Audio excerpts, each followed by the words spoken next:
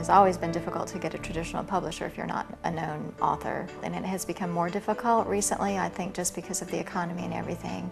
Publishers are cutting back and not doing as much as they used to for unknown authors. I think publishers, to a large degree, are trying to play it safe. I think they're going with established authors. They're going with authors that they can budget against because they know how much those authors are going to generate in revenue. If you can get a publisher in New York who will give you an advance and who will give you a lot of money for marketing and push it down the real retail channels, that's great. But that's not the only way to get published, and there are a lot of opportunities out there where you can take control of the project. Self-publishing is an entirely new world now than it used to be back in the days when it was called vanity publishing. With print-on-demand technology and e-books, there's no longer any need to print thousands of copies unless you have a need for thousands of copies. It used to be true that if you were self-published, you'd pretty much killed yourself as far as being taken seriously as a writer. Now I see self-published authors doing very well for themselves all over the place, and I'm here to tell you I'm one of the first self-published members of the Writers Guild, which used to be open only to traditionally published authors. So there is a recognition that out of the ranks of self-publishing can come quality material that is worthy of being taken seriously and respected. It's really a situation where everybody has an opportunity to publish their book and to get their book out there in the marketplace, and each book can stand on its own legs. I'd never submitted the story to a traditional publisher, didn't know anything about getting an agent, and I really was attracted to the idea of the control you have when you self-publish. I was kind of blind in doing this. I'd never written a book, and they just kind of took me by the hand and worked me right through it. I was very appreciative. They always knew who I was, which was amazing when they called. It was like, oh, you know who I am?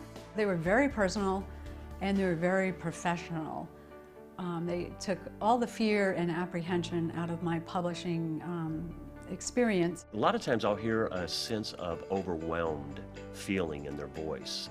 And I think what I can do for them is show them, here are the steps to getting your book, how you send it to me, what we're going to do, what distribution is. I mean, everything about getting the book published, how to think about marketing.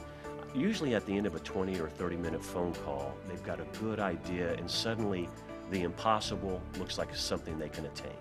Most companies have a variety of customers, but they don't get to hear every story that they have to tell. We are fortunate enough to hear, many different viewpoints on many different things. Each journey that an author takes with their book is a very personal one. They've put a lot of themselves into it, and as well as a lot of work, and so it becomes an intimate type of project. In 2008, I was diagnosed with breast cancer, and I spent the whole year of 2009 going through radiation, chemotherapy, surgery, all those things. And in 2010, I was declared cancer-free. And The Lizard in the Laundry came from wanting to go back and do something that I love. I love writing children's stories and I love illustrating, and I decided I want to start writing again. I found out this year that the breast cancer recurred, and I decided that I wanted to do something to help other people. And I felt like God gave me that extra year in between there in 2010, and He gave me a new story. I wanted to leave a literary legacy, and I wanted a publisher to publish my book. When I first held the book in my hands, I thought, this is the cutest book I've ever seen.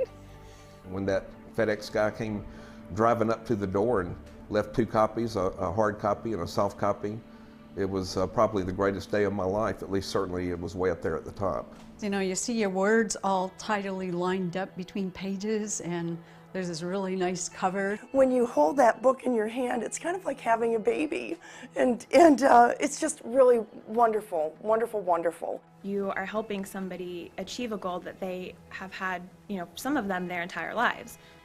Some of them it was just an idea that they had, and you are helping them to have their voice heard. Were you published before? No, it's my first novel, and I'm actually working on my second one right now. My first book signing experience has been fantastic. It really gave me an opportunity to interact with the readers and I had just a great time. Can't wait to do another one. Did you ever think you would be sitting in Los Angeles at UCLA campus doing a book signing? Never in a million years, and that's the thing that I thought all the time yesterday, sitting there. I can't believe that this happened this way. I wish every author could feel the fulfillment that I feel having gone down this path.